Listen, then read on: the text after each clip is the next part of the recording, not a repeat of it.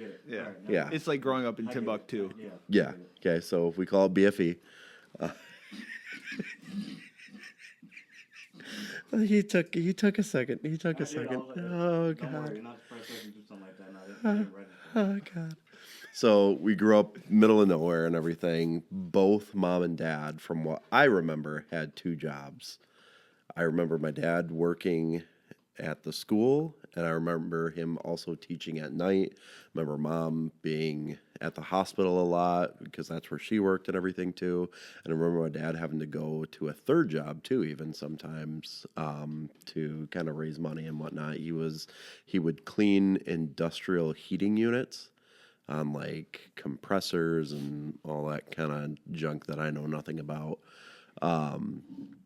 So life growing up was kind of hard for us. I mean, we were in a 2-bed, 1-bath house with 2 kids. So both my sister and I shared a room. And there were times where, like, I distinctly remember things that just, like, I would get punished for things that kind of made you a kid. You know what I mean? Like, there were times where you're doing stuff that seems kid-like, and I look back on it now, and I'm like, that was just me being a kid, but I was punished for it. And I think that's why now I'm a giant man-child, because I didn't really get to have those years. I'm not wrong. He's not wrong. No. He's not wrong. There are times where I make just, I'm one of the kids at work kind of thing too, but I also can flip that switch between, being a kid and being, a professional and everything too. My relationship with my parents, my mom and I have been steady for many, many, many, many, many, many, many years. She has always been the biggest cheerleader for me, always been the biggest support for me, always been just kind of the rock. No matter what, like, she is there. As for my dad, him and I had a strained relationship for a lot of years, and up until recently, it was like that. Now it's starting to grow and get better, and we're starting to kind of develop that more of the father-son relationship rather than more of a transactional relationship. For the longest time, it was like, hey, if you do this, I'll do this for you kind of thing. But nowadays it feels like I can just call him up and be like, hey, just calling to check in, see how you're doing kind of thing. And he does the same for me. And there's a couple words, and this is gonna hit home for a lot of people, that I never heard my dad say up until recently. And this is gonna hurt. I love you. It's been years since I heard my dad say that. I'm proud of what you're doing. I'm like, okay, little me, it's okay. We're going to get through this. And I'm proud of what you've become. I'm like, okay. I'm going to need a second. And there are times where I'm like, I don't know what to say to that. I'm like, all right, well, I'll talk to you later. Love you. Bye. Because I'm just like, I'm not used to hearing that from him. And it's just like, oh, fuck. Was that like, man, that just hit home for me big time. And Dad, if you're listening to this, I just want you to know how much I do appreciate you saying those words and how much they do actually mean to me. And I'm sorry that it's hard for me to sometimes show that. It's hard, but I do love you, and I appreciate the support that you've shown me, like getting through out here and moving out here and just kind of taking a big change in my life. So thank you. Thank you very much. As you are where you are now, and the man that you are now, and thinking back at with your father at that age, and knowing the stigmas and whatnot that are behind men, and the things that we go through emotionally and physically, and we're not allowed to share. And did it ever come to you? Sorry, this is one of the questions I didn't have for today, but it just came to me. Did it ever occur to you, like, man, he didn't have what I have now. He didn't have the awareness that I have now. all the things that he carried, he probably didn't express and he didn't share and he wasn't vulnerable and he wasn't able to cry and everything was just pent up inside until he just couldn't shake it. And now that he's older and he sees his son, it's beginning to shake. So I'm not going to take as long on this one because I could go for hours on this. I look at the childhood my father had growing up, and holy shit. Talk about trauma-filled, talk about just awful. He was the youngest of 6 kids, so which made it even harder kind of thing too. You know, grew up farming, and there was no room for error for them growing up. Like, and here's the thing too, the women were put up on pedestals when they were growing up and everything too, and the boys were just kind of like tools to my grandfather at the time. So I think he did not have a good perspective on what a good father should be. Mm-hmm. So I think he was just going off of what he knew, what he was taught kind of thing too. So I look at myself now and I look at him now, and he has 1,000% broken that cycle. 1,000% broken that cycle. And I'm very proud of him for that. I'm very proud of the work that he's put in and the healing that he's done and everything too. And I think in kind of a roundabout way, it's helped me heal at the same time too. So, yeah, full circle. Full circle. It's crazy how those things go, and even me thinking about my father and the things that he went to growing up in the 80s, the crack era, 90s, and all the drugs and all the drugs and all the violence, and growing up in California, and the things that he's been through. And even to this day, it's still, in a way, rebuilding, and it's still questions I ask. I still ask these questions. Is it worth rebuilding?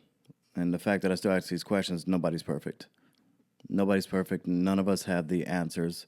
Our fathers don't have the answers. They are just people trying.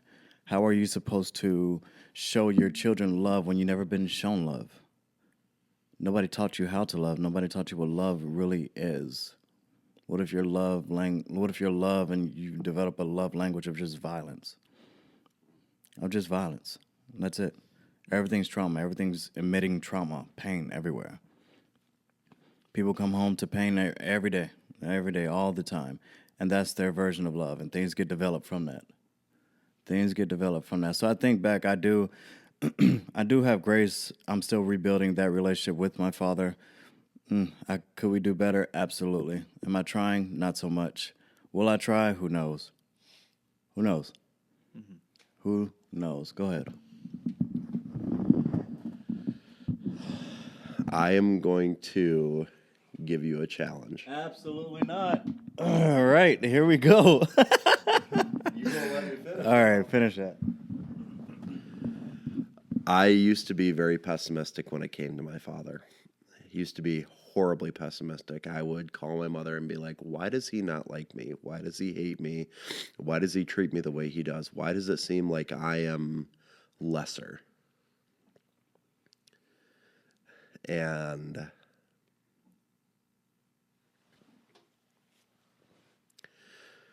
it hurt for a long time because I didn't know if it was something in me that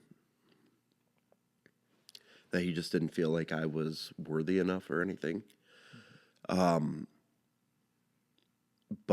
damn, I got my mom's heart when it came to that shit. I couldn't give up. Like, I couldn't give up on the relationship. I couldn't give up on, trying to have a father in my life kind of thing too. Sorry. And I'm grateful that I didn't give up. I really am. And I know it's hard, and I know it's shitty. But man, don't give up. As hard as it is, and as much as you want to. You only got one dad in life.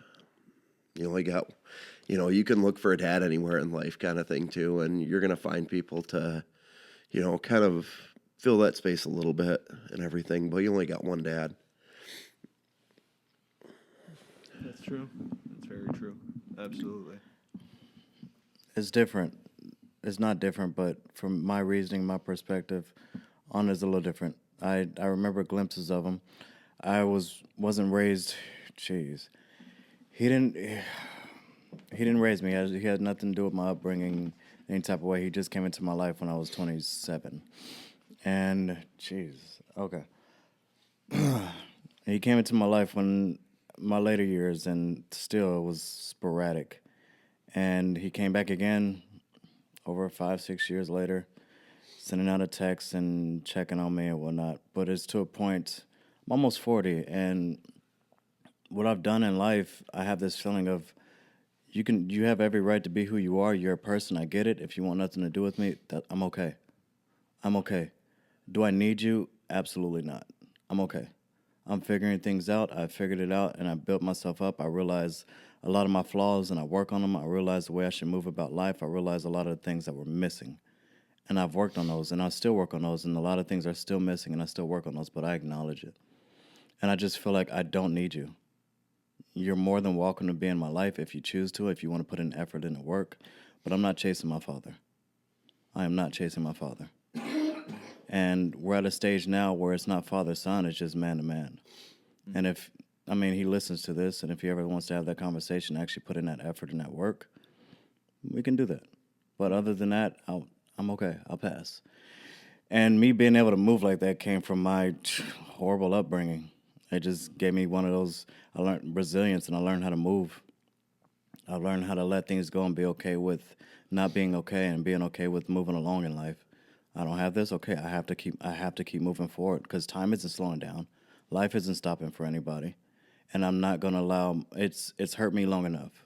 Mm-hmm. My childhood trauma, my father and mother being missing, it's hurt me enough. So I move, and I learn from that. And I've learned from being around you guys. Even we all father each other in a way, and I've learned a lot from being around you guys. And I learned what true love is. I've learned how to love throughout my life, and I love pretty hard. And I'm continuing to learn how to love. And through you guys, through the brotherhood, through you guys fostering me, through us mentoring each other and being mentees and going back and forth and creating a true brotherhood. So yeah, sorry to get off topic, guys, but how did your parents handle conflict? And how do you handle conflict? Did it affect you in any type of way of handling conflict? Growing up, my parents did not handle conflict well at all. I remember fights, yelling, screaming, matches, stuff like that. I remember it was all accusations for the most part from what I remember. And so it wasn't trying to understand each other. It wasn't trying to, hey, I'm feeling this way. I didn't appreciate what you said, stuff like that. And starting from there and trying to understand each other, there was a lot of unhealthy conflict that I think a lot of us have seen in our home